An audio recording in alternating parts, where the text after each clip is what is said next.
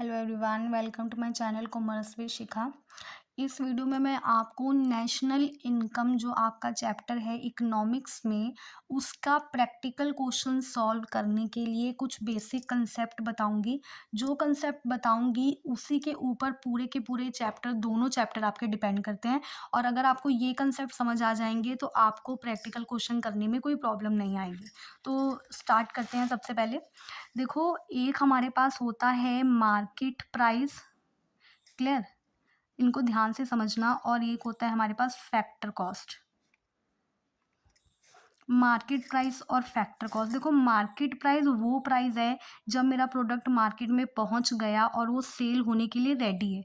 तो इसमें जो है हमारे पास नेट इनडायरेक्ट टैक्सेस जो हैं वो ऐड हुए होते हैं। और जो फैक्टर कॉस्ट होता है इसमें मेरे नेट इनडायरेक्ट टैक्सेस जो है वो माइनस हुए होते हैं। तो ध्यान से सुनो, मार्केट प्राइस का मतलब है कि मेरा प्रोडक्ट मार्केट में सेल होने के लिए चला गया।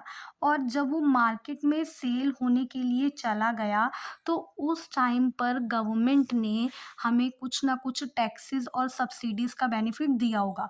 तो इसलिए इसमें हम उनको ऐड कर देते हैं। देखो, नेट इनडायरेक्ट टैक्सेस का एक फॉर्मूला होता है।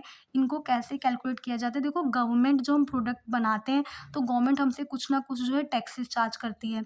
और टैक्सेस के अलावा वो हमें कुछ सब्सिडीज भी देती है। क्लियर? तो वो हमें कुछ सब्सिडीज़ भी देती है। अगर वो टैक्सेस चार्ज करती है तो वो सब्सिडीज़ भी प्रोवाइड करती है। तो टैक्सेस और सब्सिडीज़ के बीच के डिफरेंस को हम बोलते हैं नेट इनडायरेक्ट टैक्सेस।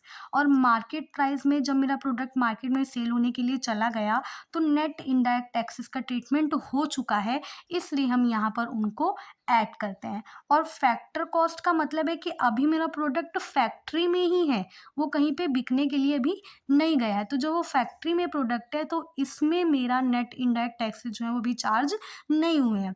तो कंसेप्ट पे वापस आते हैं। मार्केट प्राइस में नेट इनडायरेक्ट टैक्सेस प्लस हुए होते हैं और फैक्टर कॉस्ट में नेट इनडायरेक्ट टैक्सेस जो है वो माइनस हुए होते हैं। और नेट इनडायरेक्ट टैक्सेस आएंगे कैसे?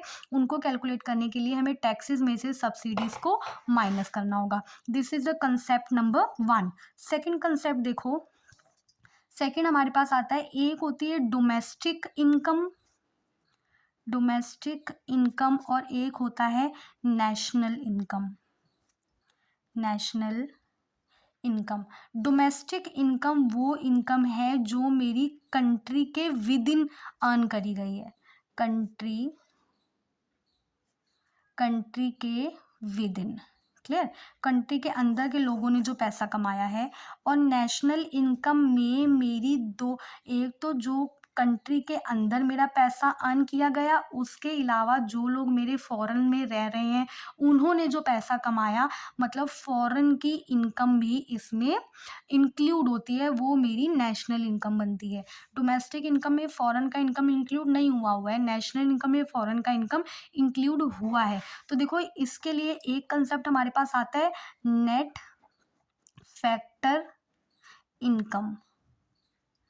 नेट फैक्टर इनकम क्या है? देखो, जब मेरा फॉरेन में कोई पर्सन मेरा काम करता है, इंडिया का कोई पर्सन फॉरेन में काम कर रहा है तो उसको कुछ इनकम रिसीव हो रही है जिसको हम बोलते हैं फैक्टर इनकम फ्रॉम एब्रॉड।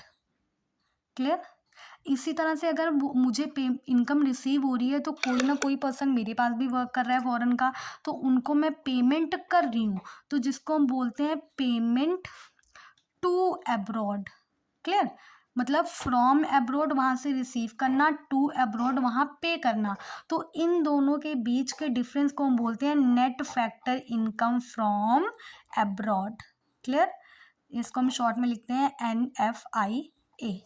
तो देखो, डोमेस्टिक इनकम में net factor income from abroad include नहीं होती, मतलब ये यहाँ पर माइनस हुई होती है। और नेशनल इनकम में net factor income from abroad जो है वो प्लस हुई होती है। क्लियर हुआ? This is the second concept. क्या याद रखना है आपको? डोमेस्टिक इनकम में net factor income from abroad minus होती है और नेशनल इनकम में net factor income from abroad plus होती है। देन आते हैं कंसेप्ट नंबर 3। एक होता है word gross and second is the word net. ध्यान रखो, ग्रॉस में डेप्रिसिएशन जो है वो ऐड हुई होगी और नेट में डेप्रिसिएशन जो है वो माइनस हुई होती है। तो तीन कंसेप्ट है यहाँ पर, इनको दोबारा से रिकॉल कर लेते हैं। मार्केट प्राइस में नेट इनडायरेक्ट टैक्सेस ऐड होते हैं, फैक्टर कॉस्ट में नेट इनडायरेक्ट टैक्सेस माइनस होते हैं, डोमेस्टिक इनकम में net factor income from abroad minus हुई होती है, नेशनल इनकम में net factor income from abroad plus हुई होती है, ग्रॉस में डेप्रिसिएशन ऐड होगा, नेट में डेप्रिसिएशन माइनस होगा। इसका मैं आपको एक प्रैक्टिकल बताती हूँ थोड़ा सा कि प्रैक्टिकल क्वेश्चन को सॉल्व कैसे करना है। सपोज अगर मेरे पास गिवन है फैक्टर कॉस्ट और उसने में निकालने के लिए बोला है G D N P at market price. ध्यान से देखो, ये है नेट और ये है ग्रॉस।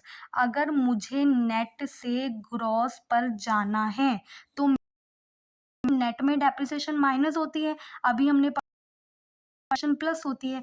तो अगर नेट को ग्रॉस बनाना है तो मैं क्या करूं, डेप्रिसिएशन को ऐड कर दूं। और ये है डोमेस्टिक और ये है is the domestic income and this is the, मैंने इसका भी आपको गैप डिफरेंस बताया। डोमेस्टिक में net factor income from abroad minus हुई होती है और अगर मुझे नेशनल इनकम निकालनी है तो उसमें net factor income from abroad plus करनी पड़ेगी। तो मैं डोमेस्टिक से अगर नेशनल बनाना चाहती हूँ तो मैं क्या करूँ, net factor income from abroad को उसमें ऐड कर दूँ। और इसी तरह से this is the factor cost and this is the market price. अगर मुझे फैक्टर कॉस्ट को मार्केट प्राइस बनाना है तो अभी मैंने आपको पढ़ाया, फैक्टर कॉस्ट में नेट इनडायरेक्ट टैक्सेस जो है वो माइनस हुए होते हैं और मार्केट प्राइस में नेट इनडायरेक्ट टैक्सेस जो है। तो अगर फैक्टर कॉस्ट को मार्केट प्राइस बनाना है तो मुझे क्या करना पड़ेगा, नेट इनडायरेक्ट टैक्सेस को, देन जो आपका answer G N P at market price. समझ आई बात? क्वेश्चन को सॉल्व कर लेते हैं, मतलब आपको क्वेश्चन में ये गिवन होंगी, ये भी गिवन होगा, ये भी गिवन होगा, ये भी गिवन होगा, बस आपको ये चेक करना है कि क्या प्लस किया जाएगा, क्या माइनस किया जाएगा। आप इस तरह से उसको लिखकर देखकर समझ सकते हो। आई होप आपको ये कंसेप्ट जो है वो समझ आए होंगे। आपके नेशनल इनकम के दोनों चैप्टर जो हैं इन्हीं कंसेप्ट के